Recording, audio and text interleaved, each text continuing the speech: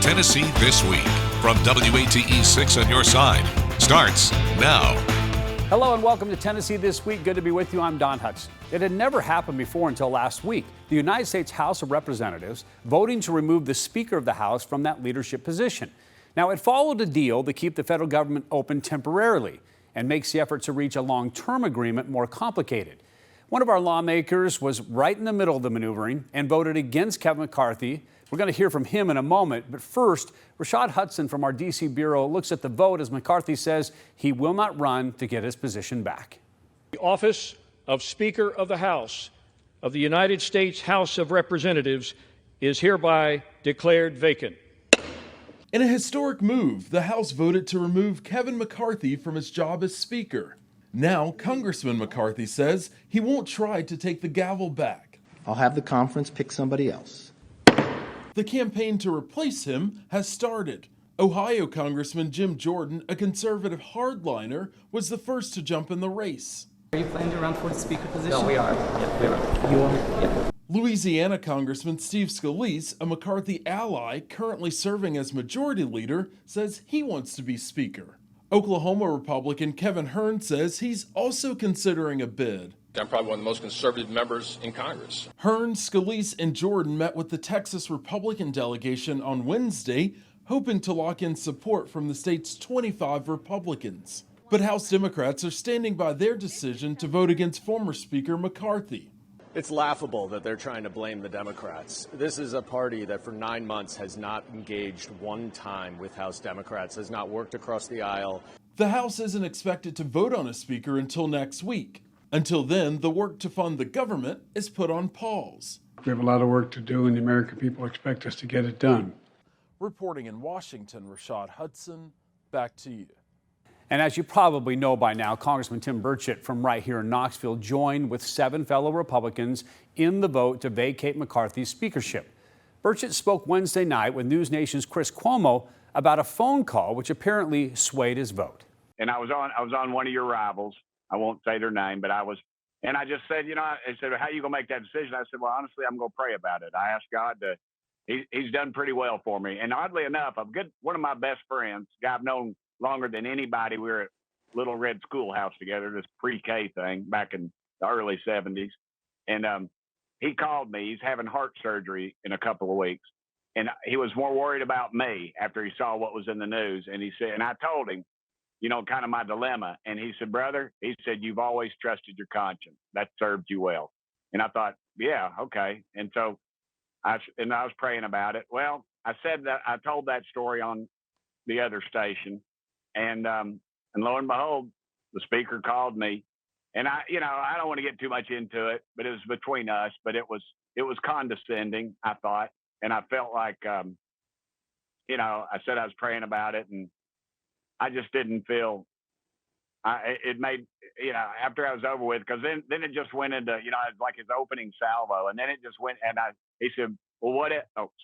He said, what else? And I said, well, I was concerned about we never brought up a term limits bill. And then he said, well, that's because the committee didn't do something. And then I talked to a member who carried that bill early this morning about 5:30, I guess, or 4:30, I'm not sure. And he explained to me what really went down on that. And it wasn't as it was portrayed to me. And then I said, well, why didn't we come in the month of August? We usually take August off, but then we took 2 weeks off in September, Chris. 6 weeks, and we knew September 30th was the end of our fiscal year. And, he said, well, I don't make the schedule. And I just thought, man, Nancy Pelosi, she knew how many reams of paper we were losing single ply or 2-ply toilet paper in the bathrooms. And so, it just piled up on me. And then after I hung up with him, because when I took the call, I thought, it's Washington. I could switch my vote, and nobody, it's Washington. Nobody tells the truth up here anyway.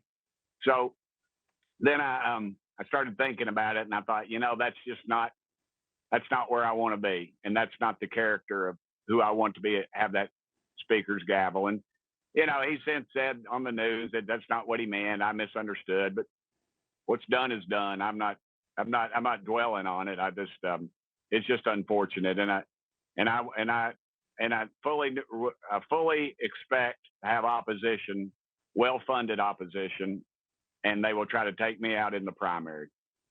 Let me ask you something. Are people Yes, sir. okay with your vote, or are you getting a lot of heat for causing disruption by ousting the speaker? Well, a lot of my well-heeled contributors, you know, the chamber crowd, as I like to call them, they are pulling off of me pretty hard. And but the rank and file, and I picked up some. So, you know, I've never been the darling of the elite crowd. It's not my people. Congressman Burchett pretty candid there, as he was with our D.C. reporter Joe Khalil, sitting down and talking with the Tennessee Republican on the Capitol steps. Yeah, I went down a path. I said I was going to, I knew I'd lose a friend if I voted against Kevin McCarthy, but then my conscience was telling me that he needed to go. You know, we had 6 weeks away from here, and we knew when September 30th was going to happen, because it happens about this time every year, and yet we decided to take that time off and then back us up against the wall, which they always do. Leadership and the people in power love to do that, and then we panic, and we're going to close the government down. And then, but the thing I fear more than 3 days of closing the government down is how this is going to affect that little single mom who's working two jobs to put food on the table for her 2 or 3 kids. And then we just keep devaluing the dollar bill with inflation and with this crazy out of control spending. We take in $5 trillion a year. We spend in. We take in $5 trillion a year, and we spend $7 trillion. And you cannot do that. So, I think the country is now wondering what comes next. Do you have an alternative? What can we expect to see from you all to fill the void that now exists because you, some other Republicans, and Democrats voted the Speaker of the House out? Well, fortunately, we have a very deep bench. We've got some really great people there. Tom Cole, Mark Green out of Tennessee, Tom Emmert. Do any of them want the job? Steve Scalise. Come on. I mean, none of them have expressed that, have they yet? Or have they? You can make some news here. It's dead air. You better say something, because I'm not going to say anything. I was waiting for you. I mean, so talk to us about what the deliberation is like. You know, this is new ground for everybody. I'm not sure what they'll do. You heard a moment ago about the now former Speaker's decision not to seek the leadership role again. Burchett and other Republicans responded after McCarthy made the announcement behind closed doors, and lawmakers surprised some by making plans to just head home, with the leadership question still up in the air. What was the room like? Tell us what happened in there. It was, they were cheering for him, of course, and then he graciously decided not to run again. I think that's a wise decision. So what's the next? I mean, you all couldn't have had enough time to decide who you're going to rally around. Is it going to be? I think a lot of people have some good ideas. I'm throwing all my dice into the Andy Ogles camp. So what happens next? Is there going to be a vote tonight, or is the plan to adjourn? Yeah, we're out. I think what they say, Andy, till Tuesday. Tuesday night. Wait. You're out until Tuesday night? Next Tuesday. Patrick McHenry is his gavels you all out until next Tuesday night. Congressman Chuck Fleischmann took to Twitter to react to all this, praising McCarthy's work over the last 9 months, but addressing the need for stability. He said, quote, "The American people expect us to continue to govern, reign in government, and deliver common sense conservative solutions to fix our country. We must quickly elect a new speaker." And as reporter Ella Wales shows us, Congressman Burchett broke not just with most of the people in his party to vote, but also the rest of his GOP colleagues from Tennessee. Representative Tim Burchett said the decision to vote to oust House Speaker Kevin McCarthy wasn't an easy one.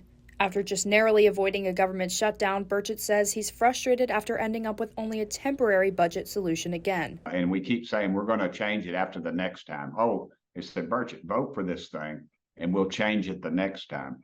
Well, I've been here 5 years, and the next time never comes. Burchett was the only Tennessee Republican to vote against the speaker. Representative Diana Harshbarger said in a statement that the House was on track to fund the government through appropriations bills. She said in a statement, quote, "It is shameful that instead of keeping that promise and focusing on the issues that impact everyday Americans, we have chosen to air personal grievances and fight amongst each other," unquote. She also called out members of her own party that voted to oust the Speaker, saying, quote, "I wish that Republicans were this determined to fight against the Democrats' disastrous policies instead of attacking one another." Burchett hopes that once the 45-day bill is up, the parties can come to an agreement. I would love if we would take up a budget, get with the Democrats, find out what they want, get with our folks, see what we want, and see what we can pass. The 45-day bill will expire November 17th. In Knoxville, Ella Wales, WATE 6, on your side. Still to come, our panel of pundits. You're watching Tennessee This Week on WATE 6 on your side.